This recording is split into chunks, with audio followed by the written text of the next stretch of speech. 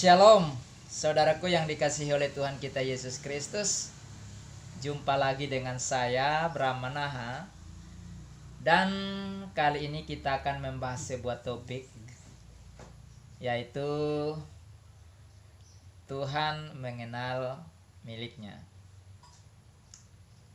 Oleh karena itu, sebelum kita bahas lebih jauh, mari kita baca bagian firman Tuhan yang terdapat di dalam surat Paulus kepada Timotius, yaitu 2 Timotius pasal yang kedua ayat 19 sampai dengan ayat yang ke-23. Demikian firman Tuhan, tetapi dasar yang diletakkan Allah itu teguh dan materainya ialah Tuhan mengenal siapa kepunyaannya, dan setiap orang yang menyebut nama Tuhan hendaklah meninggalkan kejahatan. Dalam rumah yang besar bukan hanya terdapat perabot dari emas dan perak, melainkan juga dari kayu dan tanah. Yang pertama dipakai untuk maksud yang mulia, dan yang terakhir untuk maksud yang kurang mulia. Jika seorang menyucikan dirinya dari hal-hal yang jahat, ia akan menjadi perabot rumah untuk maksud yang mulia.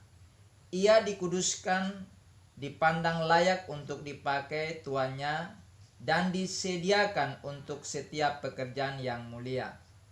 Sebab itu jauhilah nafsu orang muda, kejarlah keadilan, kesetiaan, kasih dan damai bersama-sama dengan mereka yang berseru kepada Tuhan dengan hati yang murni. Hindarilah soal-soal yang dicari-cari, yang bodoh dan tidak layak. Engkau tahu bahwa soal-soal itu menimbulkan pertengkaran. Demikian firman Tuhan yang kita baca. Dari kebenaran firman Tuhan ini kita dapat melihat bahwa bukti daripada kepemilikan Tuhan itu nampak dan dapat dilihat dari kategori-kategori yang Tuhan sebutkan di dalam bagian firman Tuhan ini. Di dalam ayat 19 dikatakan, tetapi dasar yang diletakkan Allah itu teguh dan meterainya ialah Tuhan mengenal siapa kepunyaannya. Jadi di sini melalui Rasul Paulus kepada Timotius untuk disampaikan kepada jemaat Tuhan yang dipimpinnya bahwa Tuhan mengenal kepunyaannya. Artinya di dalam komunitas daripada orang yang menamakan diri Kristen itu nampak mana kategori orang yang memiliki tanda-tanda kepunyaan daripada Tuhan itu. Maka Tuhan katakan di sini bahwa Dia mengenal miliknya, sehingga Tuhan memberikan tanda-tanda. Di sini dikatakan setiap orang yang menyebut nama Tuhan hendaklah meninggalkan kejahatan. Jadi kalau ada orang yang masih melakukan kejahatan, perbuatan-perbuatan yang jahat, maka orang tersebut dikategorikan sebagai orang yang bukan milik Tuhan. Karena orang yang menyebut nama Tuhan Yesus Kristus sebagai Tuhan, maka dia harus meninggalkan segala kejahatan. Segala artinya semua kejahatan. Jadi kalau ada orang yang masih melakukan kejahatan apapun itu, sekecil apapun itu kejahatan, maka dia bukan milik Tuhan. Itulah sebabnya Tuhan memunculkan hal-hal yang akan menjadi tanda dan bukti bahwa mereka bukan milik Tuhan. sekalipun mereka menyebut nama Yesus Kristus.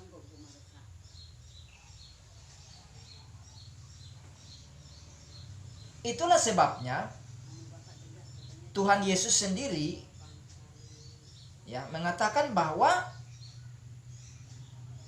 bukan orang yang berseru-seru Tuhan Tuhan akan masuk dalam kerajaan surga yang tertulis di dalam Injil Matius ya ayatnya yang ke 22 dan 23 ya.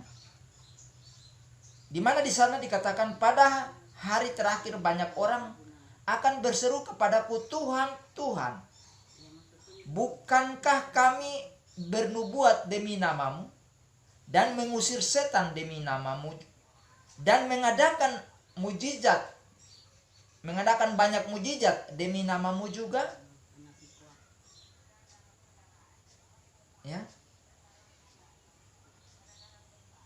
Tetapi ayat 23 mengatakan, pada waktu itulah aku akan berterus terang kepada mereka dan berkata, aku tidak pernah mengenal kamu, enyahlah daripadaku kamu sekalian pembuat kejahatan. Ya. Bahkan di dalam Matius pasal 7 ayat 21 itu dikatakan, bukan setiap orang yang berseru kepadaku Tuhan, Tuhan akan masuk ke dalam kerajaan surga, melainkan dia yang melakukan kehendak Bapakku yang di sorga. Jadi orang yang menyebut Tuhan Yesus sebagai Tuhannya, tetapi masih melakukan kejahatan-kejahatan, maka dia bukan milik Tuhan, bukan kepunyaan Tuhan. Sekalipun dia berseru-seru, bahkan melakukan mujizat-mujizat seperti yang dikatakan di dalam Matius pasal 7 ayat 21 sampai dengan 23 ini. Ya. Nah, jadi di dalam 2 Timotius pasal yang ke-2 ini ayat yang ke-19 jelas. Kalau kita milik Tuhan, kalau kita berseru kepada Tuhan Yesus Kristus sebagai Tuhan, maka mau tidak mau harus meninggalkan kejahatan, karena itu merupakan bukti valid bahwa kita milik Tuhan. Kalau kita milik Tuhan, maka kita harus bebas, kita harus steril daripada semua kejahatan, sekecil apapun kejahatan itu. Karena itu di dalam ayat 20 Rasul Paulus menggunakan sebuah analogi dalam rumah. Sebuah rumah itu ada fasilitas-fasilitas yang dipakai untuk hal mulia dan hal yang kurang mulia. Di situ dikatakan dalam rumah yang besar bukan hanya terdapat perabot dari emas dan perak, melainkan juga dari kayu dan tanah. Yang pertama dipakai untuk maksud yang mulia, dan yang terakhir untuk maksud yang kurang mulia. Jadi di sini ada kategori, ya, ada 2 kategori, yaitu kategori pertama adalah perabot-perabot yang terbuat dari emas dan perak. Ini adalah benda-benda atau material-material yang bernilai dan tahan dengan segala hal yang tidak mudah rusak. Dan ini dipakai untuk hal yang mulia. Sedangkan tanah dan kayu adalah material yang mudah rusak, sehingga dipakai untuk hal yang kurang mulia. Nah, tentu kita sebagai anak Tuhan, orang yang percaya kepada Yesus, material daripada kita itu dari Tuhan. Orang yang percaya Yesus itu dilahirkan dari Roh Allah. Kita berasal dari Allah. Kita berasal dari sumber yang punya kualitas yang sempurna, yang sangat tinggi, yang sangat bernilai. Oleh karena itu kita harus menampakkan diri dalam segala tingkah laku dan perbuatan kita itu mencerminkan kualitas yang tinggi. Dari emas, barang yang berharga, barang yang bernilai tinggi. Kalau kita mengaku bahwa kita percaya Yesus Kristus, orang yang percaya Yesus Kristus itu berasal dari Allah. Nah, oleh karena itu kita seharusnya menampilkan perbuatan-perbuatan hal-hal yang bernilai tinggi dan bernilai mulia. Maka kita akan dipakai dalam kategori hal yang mulia. Nah, tentu kita tidak mau dipakai hanya sekedar untuk hal yang kurang mulia. Kita tidak mau dikategorikan sebagai orang yang punya kualitas rendah, yang tidak bermutu, yang tidak ternilai, yang tidak bernilai. Kita tentu tidak inginkan direndahkan. Nah, oleh karena itu, janganlah kita menjadi kayu dan tanah yang mudah rusak, rapuh, yang memunculkan kualitas hidup yang kurang baik. Ini yang Tuhan ingin tampak pada diri kita. Kalau kita adalah milik Tuhan, maka kita harus tampil dengan kualitas yang baik, kualitas yang tinggi, kualitas yang punya nilai jual yang tinggi. Jadi orang Kristen itu tidak boleh menjadi orang Kristen murahan, tapi jadi orang Kristen yang mahal, yang punya nilai tinggi, yang dikagumi oleh orang lain. Sehingga kita punya daya tarik, daya pikat yang tinggi untuk membawa orang datang kepada Yesus Kristus. Bagaimana mungkin kita bisa bawa orang datang kepada Yesus Kristus sedangkan kita sendiri tidak punya kualitas yang membuat orang tertarik untuk datang kepada Yesus Kristus. Maka Tuhan Yesus katakan kita adalah terang, ya. Kita adalah garam. Artinya kita adalah orang-orang yang dipandang sebagai orang yang punya daya tarik gitu loh, yang berfaedah, yang berguna bagi orang lain, sehingga orang akan tertarik datang kepada Yesus Kristus, sang pemilik itu sendiri.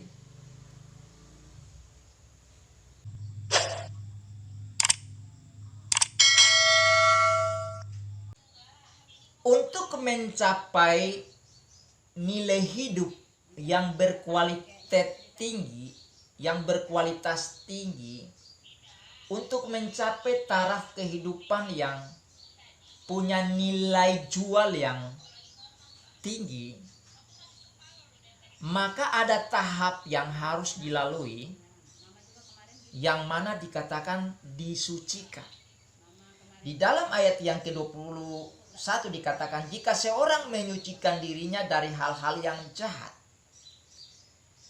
Jadi hal-hal yang jahat itu kita harus singkirkan, kita harus bersihkan dari hidup kita, supaya kita punya kualitas hidup yang tinggi, yang menarik orang banyak, sehingga mereka mau datang kepada sumber di mana kita juga mendapatkan dari sumber itu, yaitu Tuhan Yesus Kristus. Jadi mau tidak mau hidup kita harus disucikan. Ya. Yang berikut dikatakan di situ, ia akan menjadi perabot rumah untuk maksud yang mulia. Ia dikuduskan, dipandang layak untuk dipakai tuannya, dan disediakan untuk setiap pekerjaan yang mulia. Jadi kalau kita mau disucikan oleh Tuhan, maka kita harus siap untuk dikuduskan oleh Tuhan sendiri. dibersihkan oleh Tuhan. Jadi Tuhan yang menyucikan kita.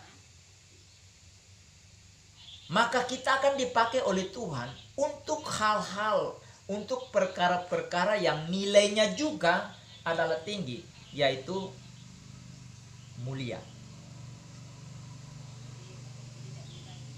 Jadi kita sebagai orang Kristen harus melalui prosesi itu, pengudusan oleh Tuhan. Selanjutnya ayat 22 dikatakan, sebab itu jauhilah nafsu orang muda. Kenapa dikatakan jauhilah nafsu orang muda? Karena orang muda itu identik dengan kecerobohan. Mudah mengambil keputusan yang tergopoh-gopoh. Tidak pikir panjang. Mudah emosi. Serakah. Punya keinginan yang sangat tinggi. Ya. Nah, Tuhan katakan jauhi itu. Bukan berarti orang muda itu tidak ada yang berkualitas. Bukan maksud Tuhan begitu. Tapi sifat-sifat dasar dari anak-anak muda, ya, nafsu-nafsu yang begitu menggebu-gebu, yang membuat orang untuk mengambil keputusan tergopoh-gopoh, tidak bijaksana, tidak berhikmat, itu harus dijauhi. Itu maksudnya. Dengan demikian kita menjadi orang bijak yang tidak mudah mengambil keputusan untuk menghakimi orang lain, menuding orang lain, melakukan hal-hal yang tidak sepatutnya dan seterusnya. Selanjutnya dikatakan bahwa kejarlah keadilan. Jadi kita harus mengejar keadilan. Jadi kalau memang orang itu layak untuk dihormati, dihargai, dipuji, kita harus lakukan itu. Jangan sampai ketika dia melakukan hal-hal yang baik, kita kurang memberikan respon positif. Ya, kita tidak menghormati, menghargai apa yang sudah dia buat. Tetapi ketika dia baru saja melakukan sebuah kesalahan, langsung kita menghakimi dia habis-habisan. Ketika dia lakukan kesalahan yang lampau, kita ungkit lagi. Sedangkan lebih banyak dia melakukan hal-hal yang baik, positif, yang berguna, bermanfaat. Tapi kita melupakan itu. Nah, di sini kita harus bersikap adil. Jadi kalau dia lakukan hal yang baik, yang positif, yang berguna, kita harus memberikan sebuah penghargaan kepada dirinya, berupa mungkin sebuah pujian dan sebagainya, walaupun dia tidak minta. Sebaliknya kalau dia lakukan kesalahan, juga kita menegur dia. Jadi ada satu keseimbangan. Gitu. Kemudian dikatakan, kejarlah kesetiaan. Kita harus setia dalam mengiring Tuhan, setia dalam melakukan pekerjaan-pekerjaan yang baik, setia dalam melakukan pekerjaan-pekerjaan yang menjadi berkat bagi orang lain, hal-hal positif, hal-hal yang benar. Kita harus setia dalam hal-hal yang baik itu. Kejarlah kasih dan damai.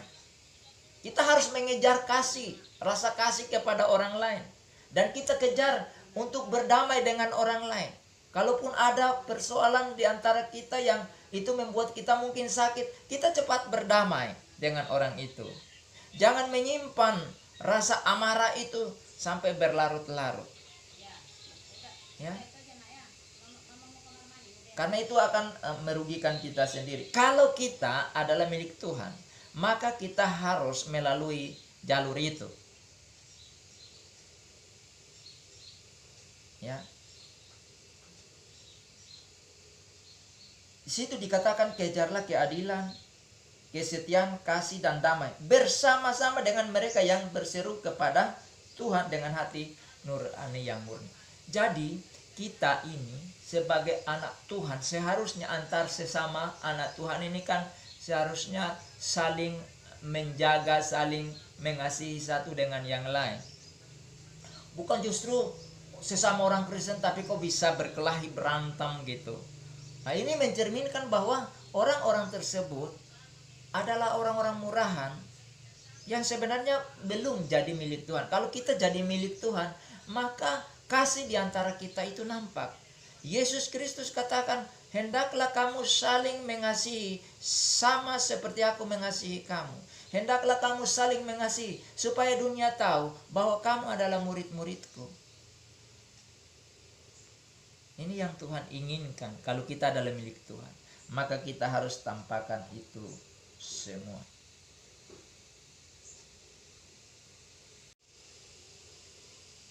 Selanjutnya ayat 23 dikatakan, hindarilah soal-soal yang dicari-cari. Jadi jangan suka mencari-cari kesalahan orang lain. Nggak usah dicari-cari. Kadang-kadang orang tidak bersalah, tapi kita karena tidak suka dengan orang itu, lalu kita cari-cari persoalan. Cari-cari kekurangan yang ada pada dirinya untuk menjatuhkan dia.